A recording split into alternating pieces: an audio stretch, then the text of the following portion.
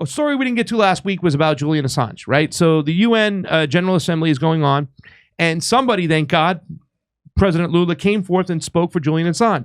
President of Brazil, speaking at the opening of the UN General Assembly today, it is fundamental to preserve the freedom of the press. A journalist like Julian Assange cannot be punished for informing society in a transparent and legitimate way, and that was by Global News at the UN General Assembly. Here he is. It is essential to preserve press freedom. Journalists like Julian Assange cannot be punished for informing society in a transparent and legitimate way.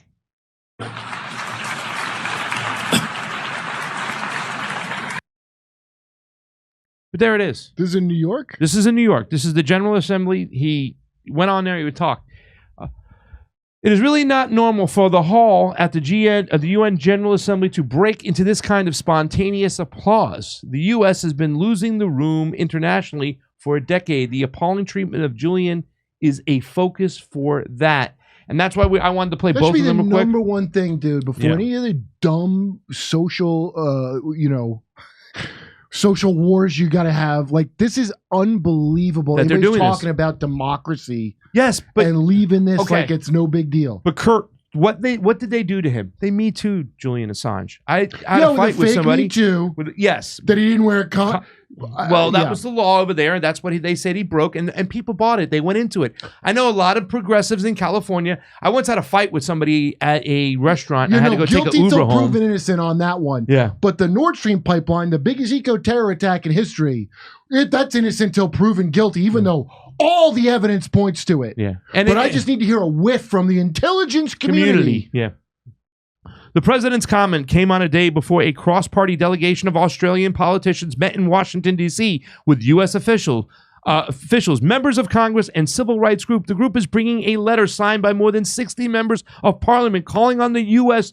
to drop the prosecution against Assange, who is fighting against extradition to the United States, where he could be sentenced to as many as 175 years in an American maximum security. And Trump could have pardoned him, by the way, instead of them war criminal mercenaries. He could have done that instead. He could have done that if you like Trump. If you're really for freedom of speech. And a lot of people I know, like, what is your problems with Donald Trump? People who supported Donald Trump because he didn't pardon Assange. Well, it was one of the biggest mistakes he ever made because he was for freedom of speech, right? That he always complains about. If he was for freedom of the press, he would have pardoned Assange in a heartbeat. He was told he couldn't run again, or they were going to impeach him all the way through by the Republicans. I think good old Mitch McConnell. Mitch McConnell. That's what a lot of people said, that they held that over his head, that if you pardoned him, they were going to impeach you so you couldn't run again. That's what people were saying towards the end. But he should have done it earlier in his presidency, right? He doesn't know anything. Let's read this. U.S. President Joe Biden will host Australian Prime Minister Anthony Albanese in late October. Albanese has repeatedly called on the U.S. in recent months to end the persecution of the Australian journalist. He's not even an American, Kurt. In May, Lula denounced the lack of concerted efforts to free Assange, calling it an embarrassment that the journalist who denounced trickery by one state against another is arrested, condemned to die in jail, and we do nothing to free him. So he's constantly been putting the pressure on. This is Lula. I watched a Fox News, like it was I don't know what Fox show it was, but the guy was Bob Beckel, that fat guy used to wear suspenders. Yeah, I know Bob Beckel. He's the Democrat. Yeah, and he goes, can't we drone him? We should kill him. He goes, Julian Assange is a traitor. And I'm like, I don't think he's from this country, dude. Yeah. A traitor. That shows you how much you don't have your national sovereignty. You're in a nation called NATO, and you better never betray it. He's a traitor, and he's not even an American citizen. It's a crazy thing Lula told reporters at the time. We talk about freedom of expression. The guy is in prison because he denounced wrongdoing, and the press doesn't do anything in defense of this journalist. I can't understand it. Yeah, that brave chick that got fired by Trump that flapped her gums with nonsense. She's brave, not Julian Assange. And the one that was sought to be, they thought he was part of the intelligence community, that he claimed to be a journalist that Putin grabbed and whatnot.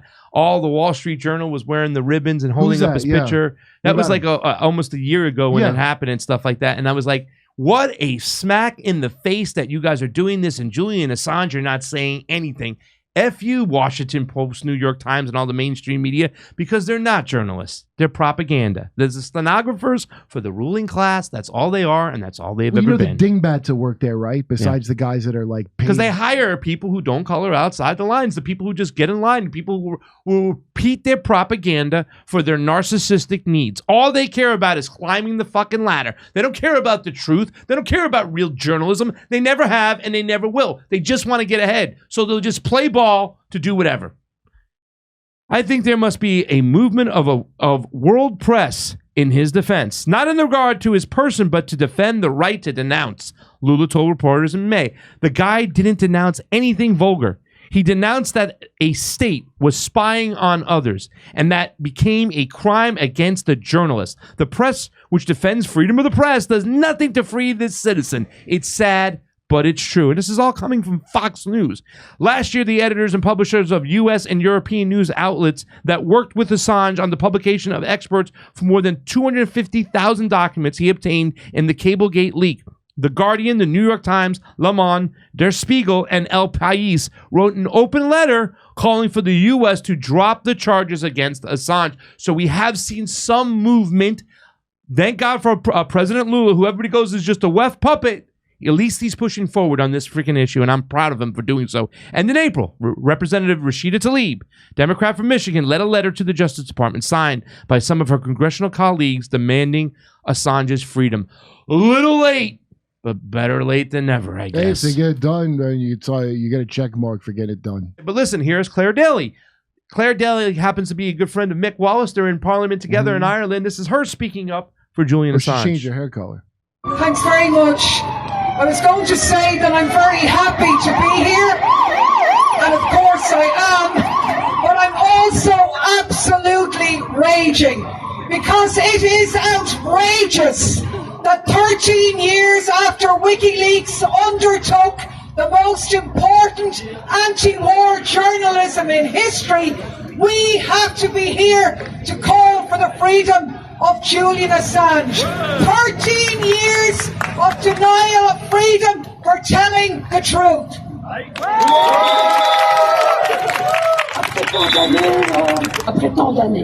He remains in high security Belmarsh, legal avenues exhausted, his health deteriorating, extradition proceedings under the Espionage Act. And of course the EU and US have moved on from the terrible wars that he has exposed. They got bored with the war in Iraq. They got bored with Afghanistan, bored with Syria, with Yemen, with Libya. But of course it's not boring for the people who've been left there. Their lives in tatters. It will take more than a century to repair. And now they're focused on the new war in Ukraine. Russia fighting the US, EU militarism, preparing for the next war with China. And this is the backdrop that we must understand the persecution of Julian Assange. Because WikiLeaks didn't just expose the horror of war crimes. They exposed the truth about every war. The daily drudge, the horrible impact and the reality on ordinary people. Collateral murder is what she's talking about, and I think that every single freshman year high school should have to watch that video of journalists getting mowed down by an Apache helicopter. Hey, if they'll do that to them, they're going to do that to you, and they do. Yeah, and they do. Why do you think none of them gave a rat's ass about East Palestine, where Lahaina only has 96 deaths?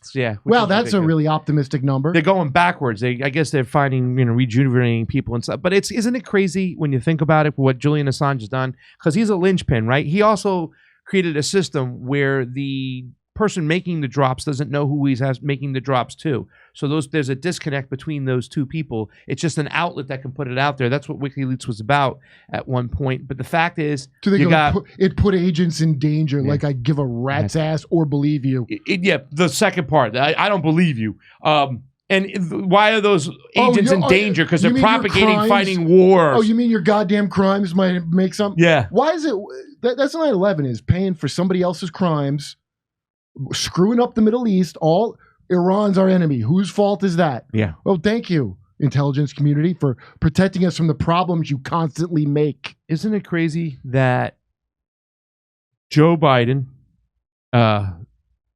George W. Bush, Dick Cheney, Barack Obama, Hillary Clinton, yeah, they all hang out. They're all free. All the war criminals are walking the earth free. George Bush gets to do his coloring, and what's her name? Hillary Clinton. Hill Dog is doing another a series of a podcast, and Barack Obama is sailing. I think it's Gutsy. His daughter's a comedy writer. Yeah, Barack Obama's doing the wind sailing with that dude from Virgin Mobile and all that stuff. But yet, Julian Assange, who exposed all their war crimes, is sitting in prison. It's disgusting. People need to get on it. They need to speak about it. And we need to free Julian Assange. See, if you don't want to talk about it, at least shut up about all the other bad people in the world while you ignore those massive crimes.